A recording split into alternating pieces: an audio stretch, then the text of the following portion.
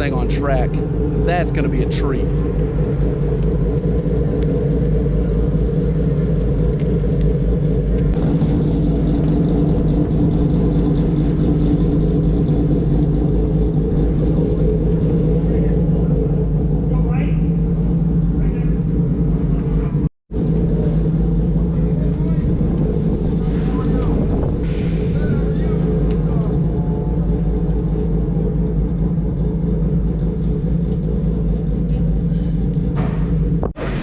What they will do is they will take the engine out and send it to our facility in the city that does engine rebuilds. So here they'll do a lot of work. There's several cars here. I'll show you the RXC, which is the highest level, or GT3 type car. Then there's the SR10, which is what Vinny's working on right there. So you got 600 horsepower, 425 horsepower, and then there you got 190 horsepower. 190, huh? Yeah. That'll still scoot around because it weighs next to nothing. Yeah, that's exactly right. The whole power to weight ratio is just. Thunder, then there's a Mistra, and then there's the Extreme. So the Thunder uses a motorcycle engine as well as a Toyota. Okay, yeah. The Extreme, the Mistra uses I believe I don't know what engine that uses, but 190, 400, and then the Extreme's got a Ford engine in it. It's 650 horsepower. Holy crap, 650 580 kilograms.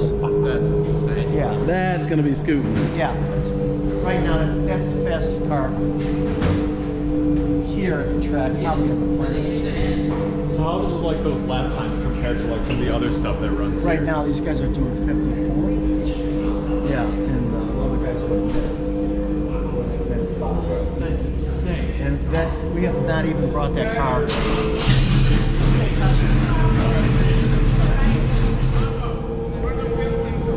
still testing the car. So, that one hit a tire barrier. This is a Revolution, full carbon car. This uses a Ford 6-cylinder. It competes directly with the SR10 that uses the Ford EcoBoost 4-cylinder. Just a different, more of an LMP design on the car. It's got an LMP1 kind of style on it.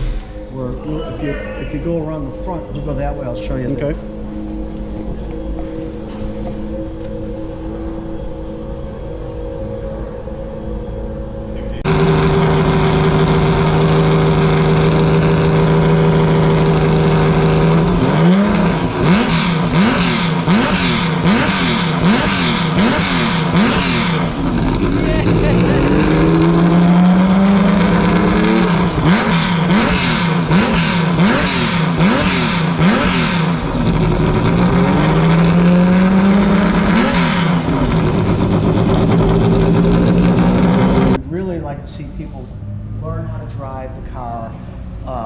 Really put money into like themselves first, then go out and invest in the car or whatever they might want to drive at the time. Yeah, and that's what's missing.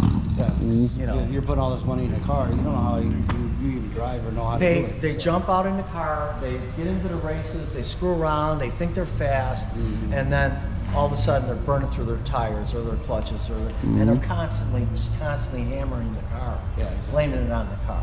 Yep. You know, and again, it's not really the right thing to do. The right thing to do is kind of like anything else.